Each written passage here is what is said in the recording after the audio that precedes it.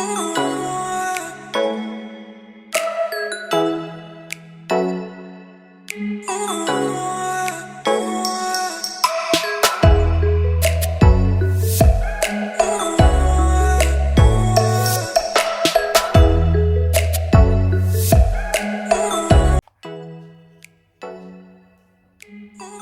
à toutes et tous et bienvenue sur ma chaîne des Mille et une feuilles.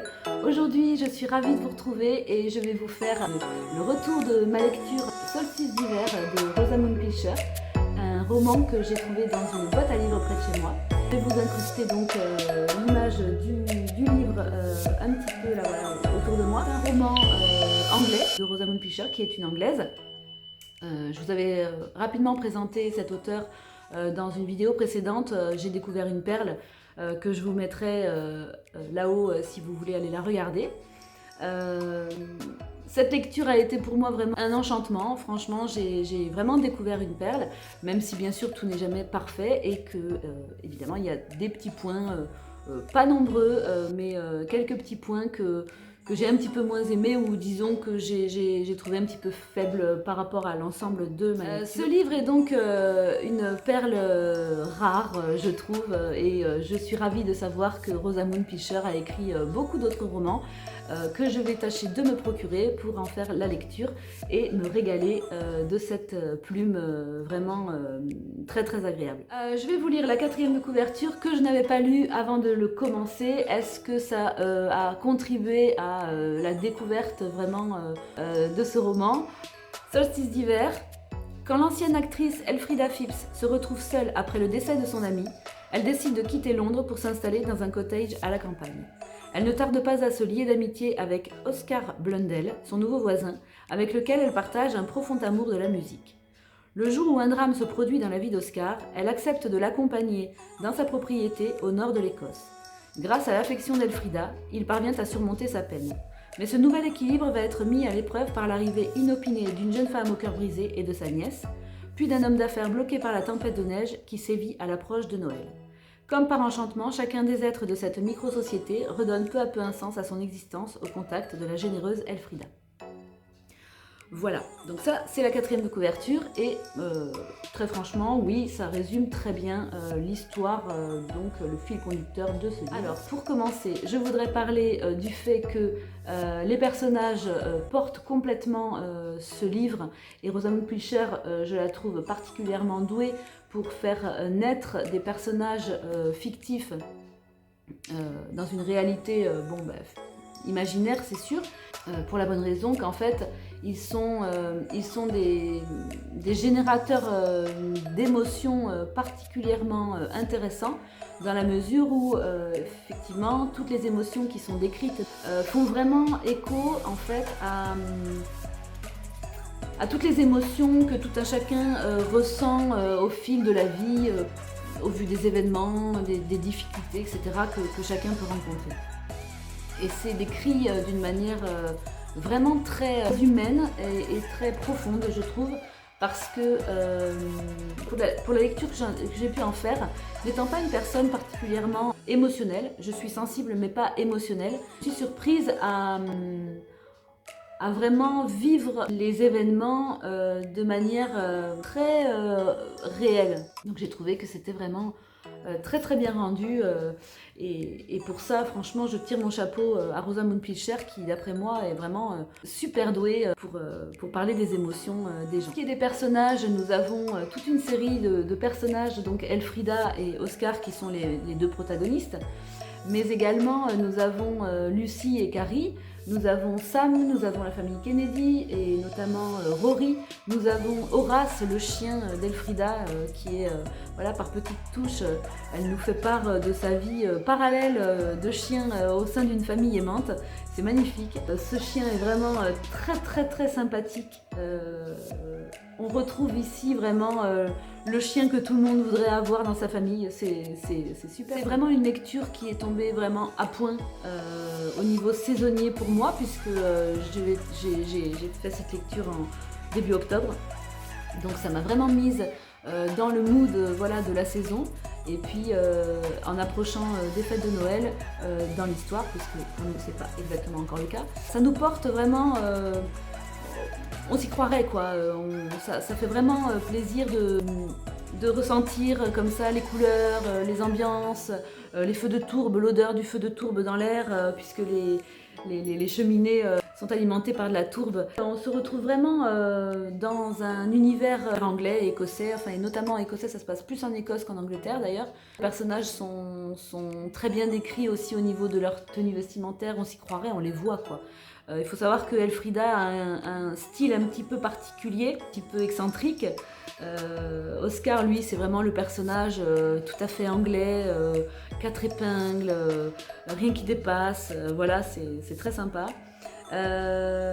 Lucy, la petite Lucy, en fait, c'est une petite jeune fille de 14 ans à qui il arrive vraiment des histoires tout à fait liées à son âge, en fait, parce que si vous voulez, en fait, c'est en ça que je dis que les émotions et les sentiments sont très bien rendus. C'est qu'en soi, Lucie, par exemple, il lui arrive des choses tout à fait logiques lorsqu'on a cet âge-là. Mais justement, ça en fait toute une histoire, en fait. Elle le vit de manière tellement dramatique et dure que finalement, on se retrouve à l'âge de 14 ans en train de vivre des choses assez terribles, quoi. Alors qu'en fait, vu d'un regard adulte, ce qui lui arrive, c'est rien du tout, c'est juste l'adolescence, c'est normal. En fait, à chaque fois qu'on est dans un passage qui concerne un personnage, et à chaque fois, on se retrouve être ce Évidemment, personnage. Tout n'est pas parfait, je vous le disais tout à l'heure, et il y a 2-3 petits points qui m'ont paru un petit peu, peut-être survolés, ou un petit peu, et c'était un petit peu dommage.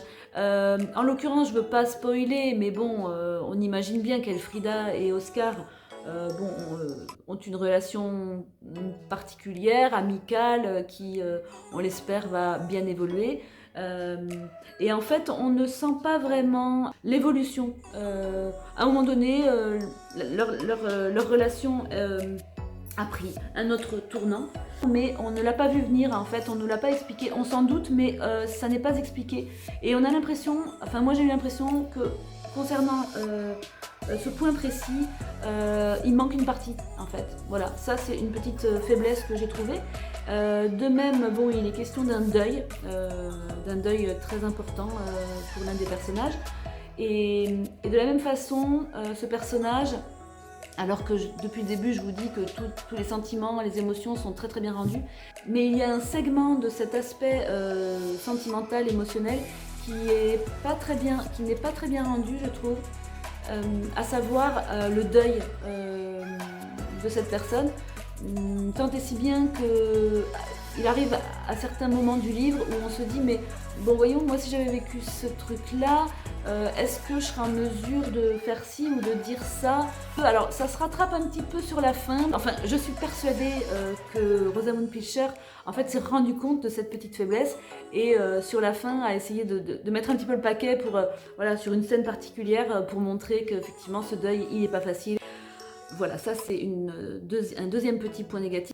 Pour citer un troisième petit point négatif, je trouve que par moment c'est un petit peu gnangnan, juste voilà, par touche, on se croirait un petit peu dans un film d'M6, vous savez, avec cette atmosphère, bon sentiment, vraiment tout est parfait, ce monde est absolument magnifique, voilà. C'est juste un petit peu gnangnan de temps en temps, mais d'un autre côté ça fait tellement du bien d'avoir des bons sentiments, de se trouver dans une... Voilà, dans une ambiance un petit peu la petite maison dans la prairie, ouais, c'est vraiment pas exagéré, mais presque, voilà. Mais ça fait du bien, voilà. Ça c'est pour les points négatifs. Que j'ai beaucoup aimé en dehors de la transcription des émotions et des sentiments des personnages, c'est le message que moi j'ai reçu dans cette lecture, à savoir que voilà, dans la vie, il arrive des choses qui sont pas rigolotes. Il arrive des choses qui sont même dramatiques et en fait souvent on se rend compte que ce sont ces événements-là qui ont fait qu'on a pu emprunter un chemin qu'on n'aurait jamais emprunté sans ça. Cette épreuve, elle est juste sur notre chemin parce qu'il faut qu'à un moment donné on bifurque, mais c'est toujours pour du mieux finalement, même si sur le moment c'est pas rigolo. Et en fait le message de ce livre, je trouve que c'est celui-ci, voilà. Qu'il y a toujours de l'espoir, qu'il faut être ouvert aux épreuves, les prendre comme des cadeaux, même si c'est vraiment pas facile. Cadeaux parce que si on sait suivre le fil de la vie, le jeu de la vie, eh bien normalement la vie elle nous veut que du bien et qu'elle saura nous amener à bon port. Ça c'est un super message que j'ai adoré. Vous l'aurez compris, ce livre repose essentiellement sur des descriptions de paysages, mais bon évidemment des sentiments, hein, j'en ai déjà parlé, mais repose aussi sur l'amour en général. L'amour avec vraiment est mis à l'honneur, mais tous les amours, c'est-à-dire l'amour amoureux, l'amour amical, l'amour familial, l'amour les amourettes, l'amour de l'autre en général, voilà. Et ce livre nous montre bien comment il est possible toujours d'aimer les autres en fait. Et ça, je trouve ça vraiment touchant, vraiment important dans la vie. Parce que personne n'est méchant pour être méchant. Il y a un message un petit peu comme ça, une morale de l'histoire, c'est que effectivement l'amour gagne toujours, à condition de bien vouloir jouer le jeu. Donc ce livre, bien évidemment, je vous le recommande, surtout en cette période. Là, c'est vraiment un livre à lire à l'automne ou même pendant les fêtes de Noël. Un petit livre qui met à l'honneur tout plein de bons sentiments, des émotions, en veux-tu, en voilà, plein d'espoir. Voilà.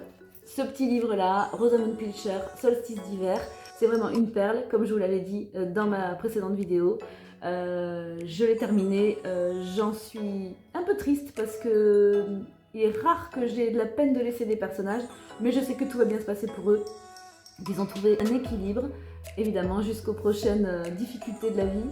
Mais ça, c'est la vie et je vous conseille vraiment ce livre. Si vous avez aimé cette vidéo, cliquez sur le petit bouton j'aime. N'hésitez pas à vous abonner à ma chaîne parce que voilà, elle est toute nouvelle. Mais j'ai bien l'intention de partager avec vous. Je vous l'ai peut-être dit, j'écris moi aussi. Donc cette chaîne me permettra peut-être aussi voilà, de vous permettre de me suivre dans mes aventures d'écrivain. Une très belle journée, je vous remercie de m'avoir écouté jusque là. Et je vous dis à très bientôt. Ciao!